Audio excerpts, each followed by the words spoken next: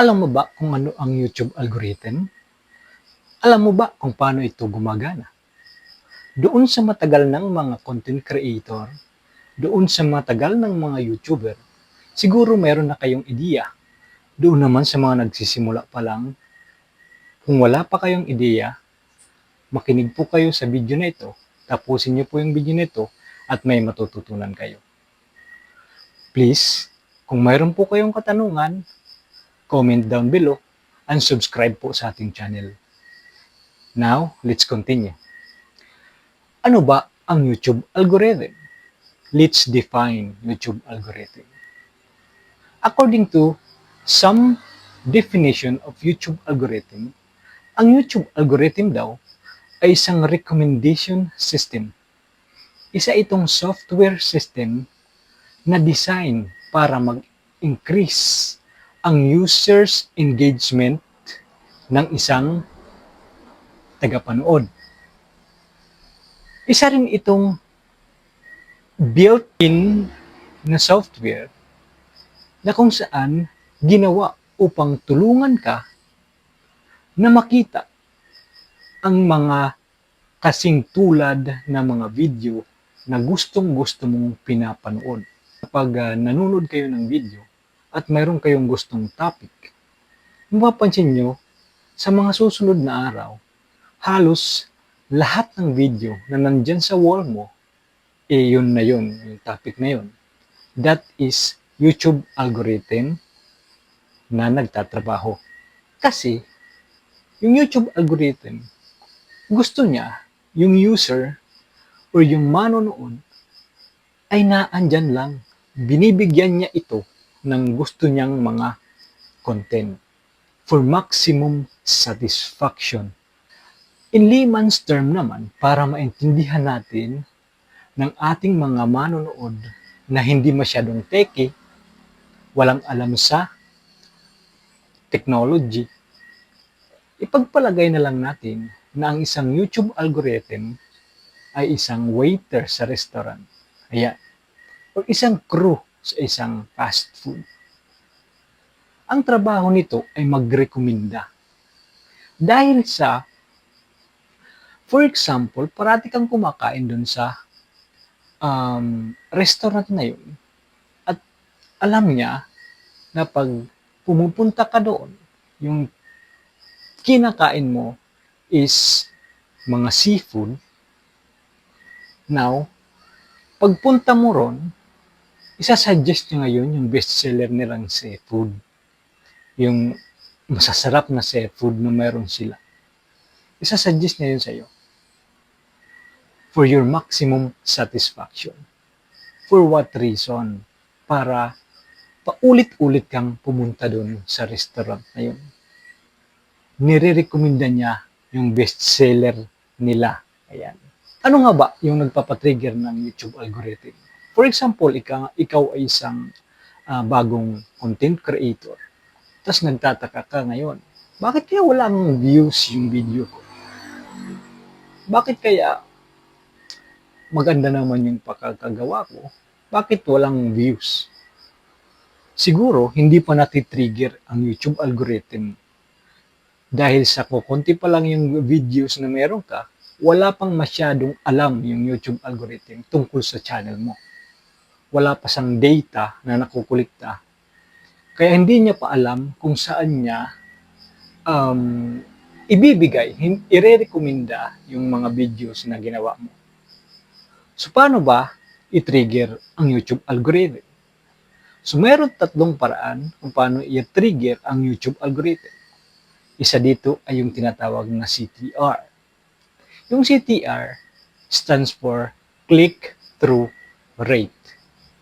Gaano ba kadalas nagkiklik yung isang viewers sa video mo pag dumadaan yan sa wall nila? For example, sa news feed sa Facebook. Pag dumaan yan sa news feed mo, tapos nakita nila yung video mo, tapos click nila yun, that's equivalent to click-through rate. I-rate nila yan kung ilang beses pinakita yung video mo sa isang eyeball at kung ilang beses yun pinindot. I-click. Diba? So, yan yung click-through rate. paano mo mapapaganda yung click-through rate mo. So, according to the biggest content creator here in YouTube, pati na rin sa Facebook, pati na rin sa iba't ibang klase ng social networking sites, sabi nila, to increase your click-through rate, dapat maganda yung title mo, yung thumbnail mo, yan, at saka yung hook. Yung tinatawag nilang TTH, title, thumbnail, and hook. Dapat kasi, yung thumbnail mo, intriguing, interesting, at saka naiintindihan. Para makita ng mga viewers, pag dumaan yan sa wall nila, uy, interesting to. Kiklik natin to. Di ba may nakikita kayong mga thumbnail na parang exaggerated? Way yan para pindutin yung videos na yon. Right? Beware na lang din po doon sa mga tinatawag nilang clickbait na iba yung video sa thumbnail na nakalabas. Kasi in the long run, it will hurt your channel. So, number 2, watch time. Isang way para i-trigger yung algorithm. So, ano yung watch time? Every video mo, mayroon niyang time. For example, nag-upload ka ng video, 5 minutes yun. Doon sa 5 minutes, 100% yun. Pag pinanood yun ng isang viewers at nag-stay siya doon ng at least 4 minutes, nako, napakaganda ng watch time yun. Sa ibang mga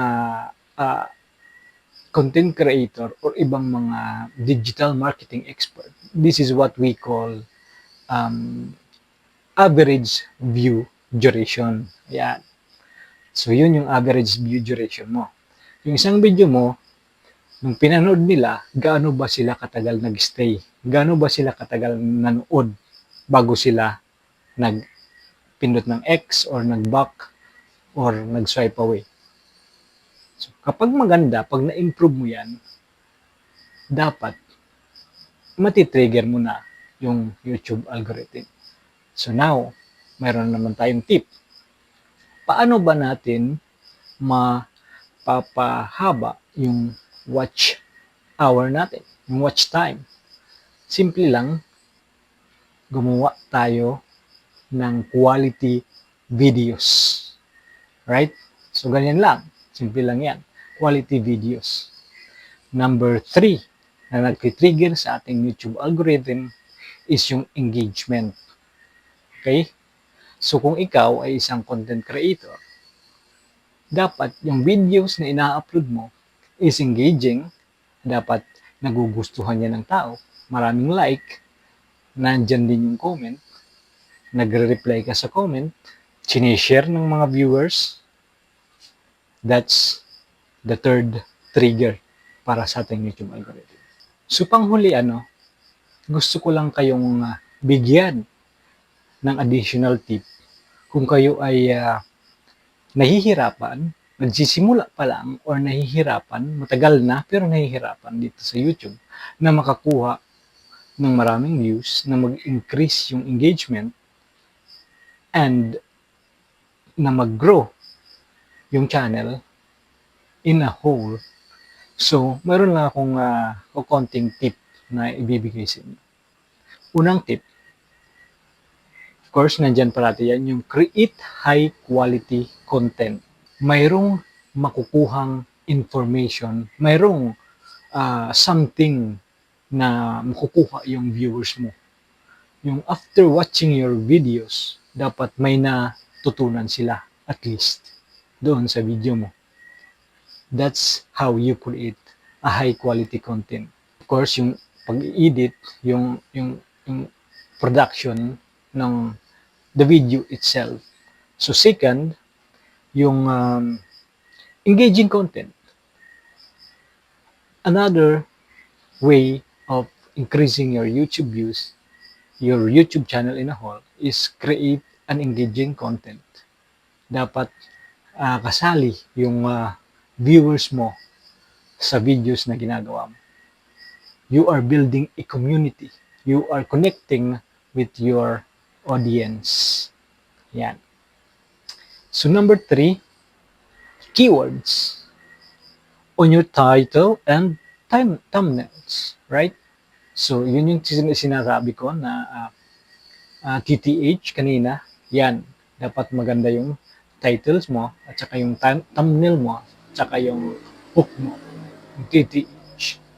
When it comes to title, kailangan searchable yung keywords na ginagamit mo para pag yung tao nagsusearch sila, lumalabas yung video mo. Yan. In our field of study, kasi isa kong marketing, that's what we call SEO or Search Engine Optimization. Isa yang tool to in digital marketing to increase the searchability of your content. Kahit saang platform yan, you need to have a good search engine optimization na ginagawa. Alright? Lastly, yung tip natin, be consistent. I'm a victim of this one. Mayroon akong mga channel dati na matagal na pero nai-stagnant. Why? Why it is being stagnant or parang yung feeling na hindi siya nag-grow kahit maganda naman yung content na pinopost mo.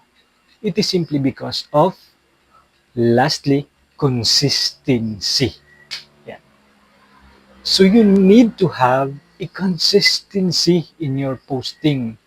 Dapat hindi mo binibitin yung mga manonood mo. For example, if you are uploading twice a week, you should upload twice a week. Kasi, biktima ako niyan dati. Ginagawa ko, kung mayroon lang akong time, saka lang ako nag-upload. Nakakasira talaga yan sa ating channel. Dapat consistent tayong nag-upload. Sabi nga nila, consistency is the key. So if you like this video, please like this video, subscribe to this channel, but lagi kong sinasabi, if you do not like this video, please do not subscribe kasi parati kong sasabihin sa inyo to, in the long run, yung mga subscriber ko, community na binibuild ko yan. Kung hindi yan naniniwala sa akin at sa video na ginagawa ko, hindi na yan manonood sa susunod. Makakasira yan sa aking YouTube channel in the long run. Yun lang po, salamat. See you on the next one.